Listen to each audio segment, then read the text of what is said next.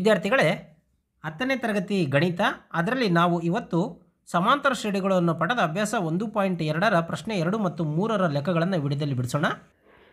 ಎರಡನೇ ಲೆಕ್ಕ, ಈ ಕೆಳಗಿನವುಗಳಿಗೆ ಸರಿಯಾದ ಆಯ್ಕೆಯನ್ನು ಆರಿಸಿ ಸಮರ್ಥಿಸಿ ಅಂತ. ಅದರಲ್ಲಿ ಒಂದನೇದು 10, 7, 4 ಈ ಸಮಾಂತರ ಶ್ರೇಣಿಯ 30ನೇ ಪದ ಯಾವುದು ಅಂತ. Option 1 97, option 2 77, option C -77, option D -87 ಅಂತಿದೆ. ಈಗ ಮೊದಲನೇ ಪದ ಏನು ಕೊಟ್ಟಿದ್ದಾರೆ ಅದನ್ನು ಬರ್ಕೊಳ್ಳೋಣ. ಎ = 10, ನೆಕ್ಸ್ಟ್ ಡಿ = ಏನು A2 - A1. A2 ಅಂತಂದರೆ 7, A1 ಅಂದರೆ 10, ಅಲ್ಲಿಗೆ -3 ಕರೆಕ್ಟಾ ಡಿ. ಇನ್ನು n = ಏನು 30ನೇ ಪದ ಅಂತ ಇರೋದ್ರಿಂದ n = 30. ಇಲ್ಲಿ A30 ಕಂಡುಹಿಡಿಬೇಕು ನಾವು. So A30 question mark. A30 ಅಂದರೆ AN ಅಂತ. AN ಏನು A + n - 1 × D. A30 n ಜಾಗದಲ್ಲಿ 30 ಹಾಕೋಣ. A ಜಾಗದಲ್ಲಿ 10 ಅಂದರೆ n ಜಾಗದಲ್ಲಿ 30 ಹಾಕಬೇಕು. ಎ ಜಾಗದಲ್ಲಿ 10 ಪ್ಲಸ್ n ಅಂದರೆ n ಜಾಗದಲ್ಲಿ 30 -1, ಡಿ ಅಂದರೆ -3. ಈಗ A30 10 ಪ್ಲಸ್ 30ರಲ್ಲಿ 1 ಹೋದರೆ 29 × -3. ಅಲ್ಲಿಗೆ A30 10 ಪ್ಲಸ್ ನೋಡಿ ಪ್ಲಸ್ ಇಂಟು ಮೈನಸ್ 9 3 27, 7 10 2, 3 2 6, 6 2 8, 87. A30 87ರಲ್ಲಿ 10 ಹೋದರೆ 77, ಸೊ -77. ಸೊ A30 ಅಂತಂದ್ರೇನು -77. ಅಲ್ಲಿಗೆ ಆನ್ಸರ್ ಯಾವುದು? ಸಿ ಉತ್ತರ ಇದಕ್ಕೆ ಸರಿ ಉತ್ತರ ಆಗುತ್ತೆ. ಅದೇ ರೀತಿ ಎರಡನೇ ಲೆಕ್ಕ, ಇಲ್ಲಿ ಎನ ಬೆಲೆ -3 ಇದೆ. ಇನ್ನು ಡಿ = A2 ಅಂದರೆ -12, A1 ಅಂದರೆ -3. ಈಗ -12 - -, ಪ್ಲಸ್ 3 ಆಗುತ್ತೆ. ಈಗ ಲಸಹ 2, ಇಲ್ಲಿ -1, ಇಲ್ಲಿ 3 2 6, ಅಲ್ಲಿಗೆ ಉತ್ತರ 5/2 ಆಗುತ್ತೆ. ಡಿ ಎಷ್ಟು? 5/2 ಅನ್ನೋದು ಡಿನ ಬೆಲೆ ಆಗತ್ತೆ.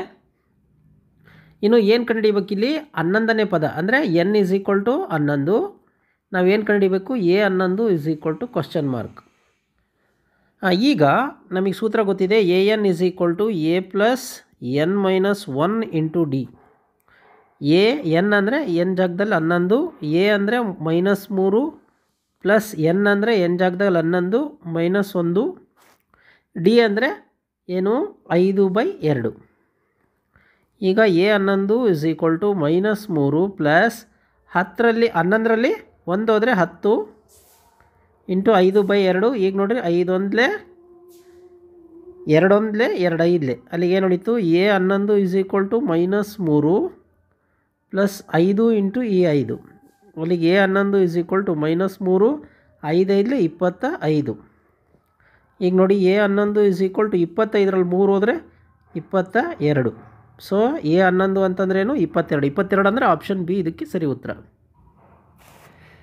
ಇನ್ನು ಮೂರನೇ ಲೆಕ್ಕ, ಕೆಳಗಿನ ಸಮಾಂತರ ಶ್ರೇಣಿಯ ಬಾಕ್ಸ್ಗಳಲ್ಲಿ ಖಾಲಿ ಬಿಟ್ಟಿರುವ ಪದವನ್ನು ತುಂಬಿರಿ ಅಂತ ಕೊಟ್ಟಿದ್ದಾರೆ. ಇಲ್ಲಿ ಮೊದಲನೇ ಪದ 2 ಕೊಟ್ಟಿದ್ದಾರೆ, ಇಲ್ಲಿ ಎರಡನೇ ಪದ ಗೊತ್ತಿಲ್ಲ, ಮೂರನೇ ಪದ 26 ಕೊಟ್ಟಿದ್ದಾರೆ. ಸೊ ಅದನ್ನು ಬರ್ಕೊಳ್ಳೋಣ. A = 2, ಹೌದಾ. ನೆಕ್ಸ್ಟು ಇದು A3 ಕೊಟ್ಟಿದ್ದಾರೆ. A3 = 26. ಈಗ ನಾವೇನು ಮಾಡೋಣ, ನಮಗೆ AN ಅನ್ನೋದು ಗೊತ್ತು. AN = A + n - 1 × D ಅಂತೇಳಿ. ಸೊ AN ಅಂದರೆ ನಾವು ಏನು ಮಾಡೋಣ? A3 ಅಂತ ತೆಗೆದುಕೊಂಡ್ಬಿಡೋಣ. A3 = A ಪ್ಲಸ್ n ಅಂದರೆ n ಜಾಗದಲ್ಲಿ ನೋಡಿ ಇಲ್ಲಿ 3, ಹೌದಾ. ಹಾಗಾಗಿ 3 - 1, ಡಿ ಗೊತ್ತಿಲ್ಲ, ಅದನ್ನು ಹಾಗೆ ಇಟ್ಕೊಡೋಣ. A3 ಅಂತಂದರೆ ಏನು 26, ಹೌದಾ 26. ಎ ಅಂದರೆ ನಮಗೆ ಗೊತ್ತಿದೆ 2 ಇಲ್ಲಿ, ಹೌದಾ 2 ಪ್ಲಸ್ ನೋಡಿರಿ 3ರಲ್ಲಿ 1 ಹೋದರೆ 2 ಡಿ. ಈಗ ನೋಡಿ 2ನ್ನು = ಆ ಕಡೆ ಕಳಿಸ್ಕೊಳ್ಳೋಣ. ಅಲ್ಲಿಗೆ 26 - 2 = 2 ಡಿ. ಅಲ್ಲಿಗೆ 2 ಡಿ = 26ರಲ್ಲಿ 2 ಹೋದರೆ 24. ಈಗ ಹೊರೆ ಗುಣಾಕಾರ ಮಾಡಿದ್ರೆ ಡಿ = 24/2, 2 1 2 12. ಅಲ್ಲಿಗೆ ಸಾಮಾನ್ಯ ವ್ಯತ್ಯಾಸ ಡಿ ಏನು ಬಂತು?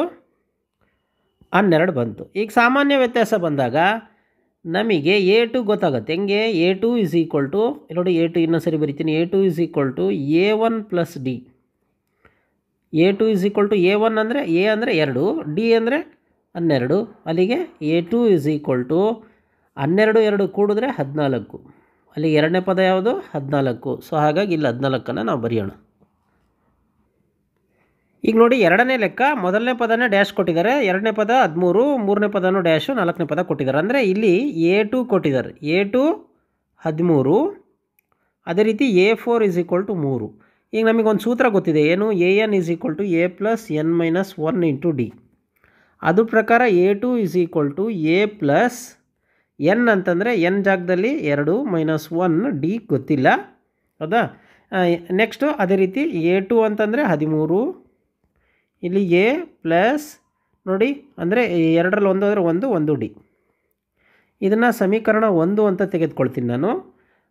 ಈಗ ನೋಡಿ ಅದೇ ರೀತಿ AN is equal to A plus N minus 1 into D.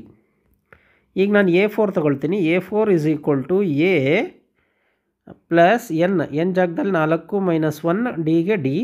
A4 ಅಂತಂದರೆ 3, so 3 is equal to A plus 4ರಲ್ಲಿ 1 ಅಂದರೆ 3 ಡಿ. ಇದನ್ನು ಸಮೀಕರಣ 2 ಅಂತ ತೆಗೆದುಕೊಳ್ತೀನಿ.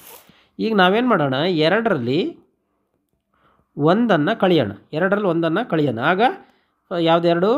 ಈಗ ನೋಡಿ 2 ಏನಿದೆ ಸಮೀಕರಣ 2 ಅದನ್ನು ಬರ್ಕೊಳ್ಳೋಣ. 2 ಏನಿದೆ A plus 3D is equal to 3 ಅಂತ ಇದೆ. ನೆಕ್ಸ್ಟ್ ಸಮೀಕರಣ 1 ಏನಿದೆ, ಸಮೀಕರಣ 1 A plus D is equal to 13. ಈಗ ಕಳಿಬೇಕಾಗಿರೋದ್ರಿಂದ ಇದನ್ನು ಮೈನಸ್ ಮಾಡ್ಕೊಳ್ತೀನಿ, ಇದನ್ನು ಮೈನಸ್ ಮಾಡ್ಕೊಳ್ತೀನಿ. So A cancel. ನೋಡಿ 3Dನಲ್ಲಿ 1 ಡಿ ಹೋದರೆ 2 ಡಿ. ಈಗ 13ರಲ್ಲಿ 3 ಹೋದರೆ 10, ಎಂಥ 10 ಮೈನಸ್ 10, ಕಾರಣ 13 ದೊಡ್ಡ ಸಂಖ್ಯೆ, ಅದ್ರ ಪಕ್ಕ ಮೈನಸ್ ಇದೆ. ಸೊ ಹಂಗಾಗಿ ಇಲ್ಲಿ ಈ ಕಡೆ ಇಲ್ಲಿ ನೋಡಿ D is equal to minus 10/2, ಅಲ್ಲಿಗೆ D is equal to minus 5. D is equal to ಏನು ಮೈನಸ್ 5. ಈಗ ಏನು ಮಾಡೋಣ, D is equal to minus 5 ಸಮೀಕರಣ 1ರಲ್ಲಿ ಹಾಕಿದಾಗ ಯಾವುದು ಸಮೀಕರಣ 1 ಏನಿದೆ 13 ಪ್ಲಸ್ A, ಡಿ ಜಾಗದಲ್ಲಿ ಏನು ಹಾಕೋಣ ಮೈನಸ್ 5 ಹಾಕೋಣ. ಈಗ 13 A ಪ್ಲಸ್ ಇಂಟು ಮೈನಸ್ 5. ಈಗ ಈ ಕಡೆ ಕಳಿಸ್ಕೊಳ್ಳೋಣ ಮೈನಸ್ 5. ಆಗ 13 plus 5 is equal to A, ಅಲ್ಲಿ A is equal to 18. A is equal to 18 ಅಂದರೆ ಮೊದಲನೇ ಪದ ಎಷ್ಟು 18, ಹಂಗಾಗಿ ಇಲ್ಲ 18 ಬರೆಯೋಣ. ನೆಕ್ಸ್ಟ್ ಅದೇ ರೀತಿ A3 ಬೇಕು, ಹೌದಾ. A3 ಅಂತಂದ್ರೆ ಏನು A2 ಪ್ಲಸ್ ಡಿ ಅಂತ. A3 is equal to A2 ಅಂತಂದ್ರೇನು 13, ಡಿ ಅಂದ್ರೇನು, ಡಿ ಎಲ್ಲಿದೆ ಈ ಮೇಲೆ ಕಂಡುಹಿಡಿದ್ವಲ್ಲ, ಡಿ ಅಂದರೆ ಮೈನಸ್ 5. ಅಲ್ಲಿ A3 ಇಸ್ ಈಕ್ವಲ್ ಟು 13ರಲ್ಲಿ 5 ಹೋದರೆ ಏನು ಬರುತ್ತೆ 8 ಬರುತ್ತೆ. ಸೊ ಹಂಗಾಗಿ ಇಲ್ಲಿ 8 ಬರೆಯೋಣ. ಸೊ ಇಲ್ಲಿಗೆ ನಾವು ಮಾಡಿದಂಥ ಲೆಕ್ಕ ಅಂದರೆ ಈ ಒಂದು ಡ್ಯಾಶ್ ಇಶ್ಯೂ ಮುಗೀತದ್ದು. ಮೂರನೇ ಲೆಕ್ಕ 5 ಡ್ಯಾಶ್ ಕಮ ಡ್ಯಾಶ್, ನಾಲ್ಕನೇ ಪದ 9 ಎರಡನೇ 1 ಅಂತ ಇದೆ. ಇಲ್ಲಿ A ಅಂದರೆ ಮೊದಲನೇ ಪದ 5 ಕೊಟ್ಟಿದ್ದಾರೆ. ನೆಕ್ಸ್ಟು ಇಲ್ಲಿ A4 ಕೊಟ್ಟಿದ್ದಾರೆ. A4 ಎಷ್ಟು 9 ಎರಡನೇ 1, 9ವರೆ. ಇದೆಂಥ ಭಿನ್ನರಾಶಿ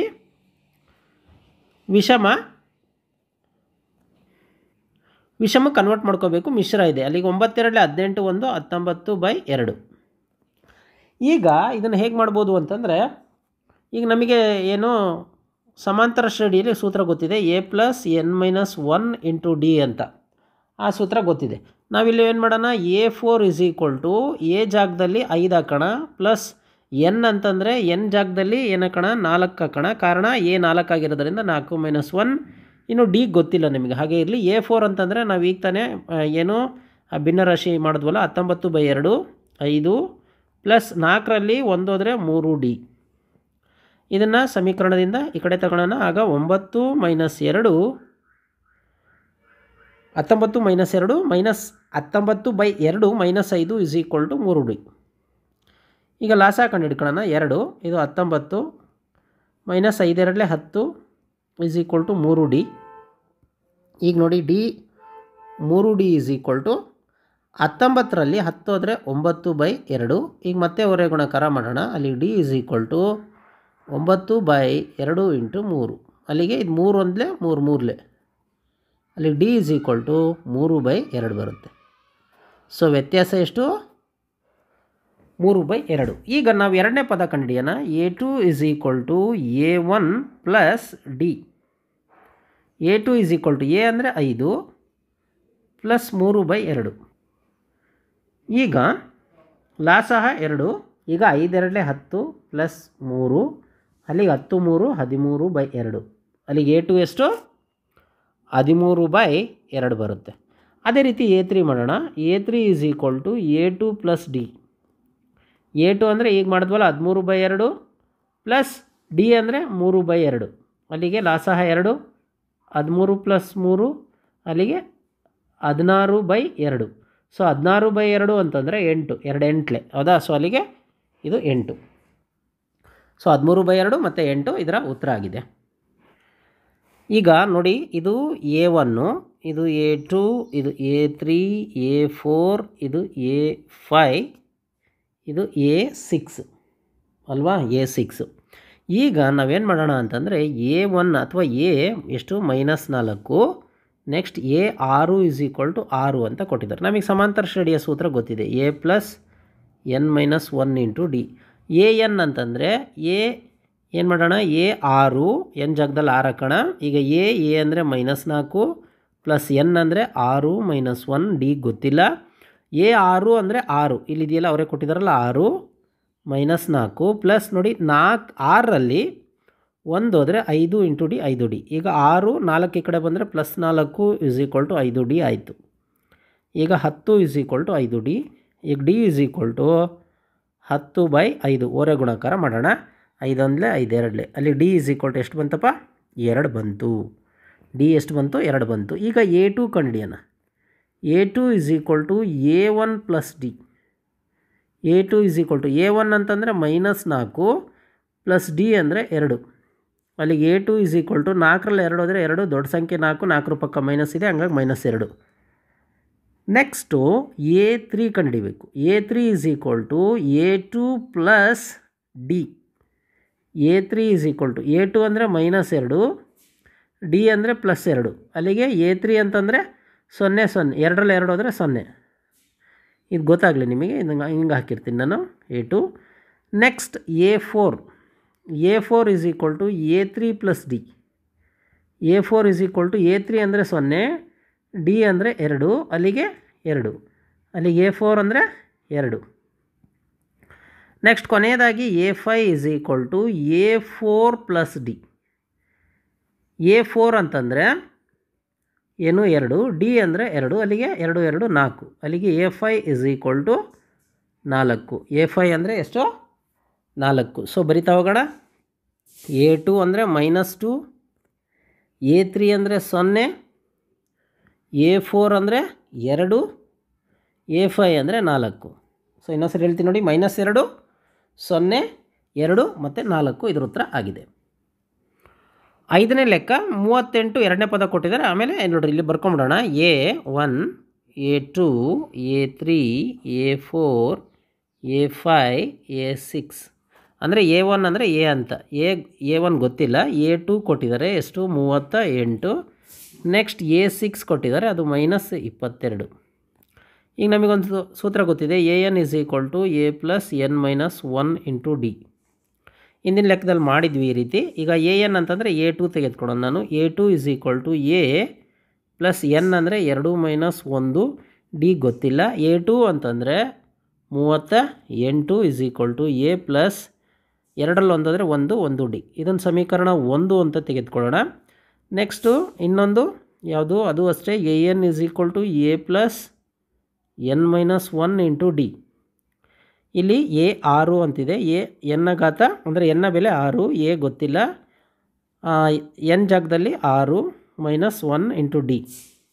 A6 ಅಂತಂದರೆ ಎಷ್ಟು? -22 ಇಸ್ ಈಕ್ವಲ್ ಟು A ಗೊತ್ತಿಲ್ಲ, ಪ್ಲಸ್ 6ರಲ್ಲಿ 1 ಹೋದರೆ 5 ಡಿ. ಇದನ್ನು ಸಮೀಕರಣ 2 ಅಂತ ತೆಗೆದುಕೊಳ್ಳೋಣ. ಈಗ ಏನು ಮಾಡೋಣ? ಸಮೀಕರಣ 2 ಮೈನಸ್ 1 ಮಾಡೋಣ. ಏನಿದೆ ಎರಡನೇದು ಸಮೀಕರಣ? A plus 5D is equal to -22. Next ಒಂದನೇ ಸಮೀಕರಣ A plus D is equal to 38. ಈಗ ಕಳಿಬೇಕಾಗಿರೋದ್ರಿಂದ ಕೆಳಗಳೆಲ್ಲ ಮೈನಸ್ ಹಾಕ್ಕೊಳ್ಳೋಣ. ಅಲ್ಲಿಗೆ A ಕ್ಯಾನ್ಸಲ್ ಆಯಿತು. ನೋಡಿ 5D ನಲ್ಲಿ 1D ಹೋದರೆ 4D, ಇಲ್ಲೂ ಮೈನಸ್ಸು ಇಲ್ಲೂ ಮೈನಸ್ಸು. ಸೊ ಕಳೆದ್ರೆ 40, ಇದು 60 ಬರುತ್ತೆ. ಎಂಥ 60? -60. ಈಗ ಡಿ ಇಸ್ ಈಕ್ವಲ್ ಟು -60 ಹೊರೆ ಗುಣಾಕಾರ 4. ಈಗ ಡಿ ಇಸ್ ಈಕ್ವಲ್ ಟು ನೋಡಿ 15 4 ಅಥವಾ 4 15 ಅಲ್ಲಿಗೆ -15 ಬಂತು. ಡಿ ಬೆಲೆ ಎಷ್ಟು ಬಂತು? 15 ಬಂತು. ಈಗ ನಾವು A1 ಕಂಡಿಡಿಯೋಣ. A1 ಇಸ್ ಈಕ್ವಲ್ ಟು A2ನಲ್ಲಿ ಡಿ ಕಳಿಬೇಕಾಗುತ್ತೆ. A2ನಲ್ಲಿ ಡಿ ಕಳೆದುಬಿಟ್ರೆ ಯಾಕೆ ಅಂತಂದರೆ A2 ಅಂತಂದರೆ ಏನು ಹೇಳ್ರಿ, A1 ಪ್ಲಸ್ ಡಿ ಆಗಿರೋದ್ರಿಂದ ನಾವು ಹೊರಗಡೆ ಅಂದರೆ ಇದರಿಂದ ಇಸ್ ಈಕ್ವಲ್ ಟುರಿಂದ ಆ ಕಡೆ ಕಳಿಸಿದ್ರೆ ಡಿ ಈ ಕಡೆ ಬರುತ್ತೆ. ಸೊ ಅಲ್ಲಿಗೆ A1 is equal to A2 ಏನಿದೆ, A2 ಅಂತಂದರೆ 38 -15.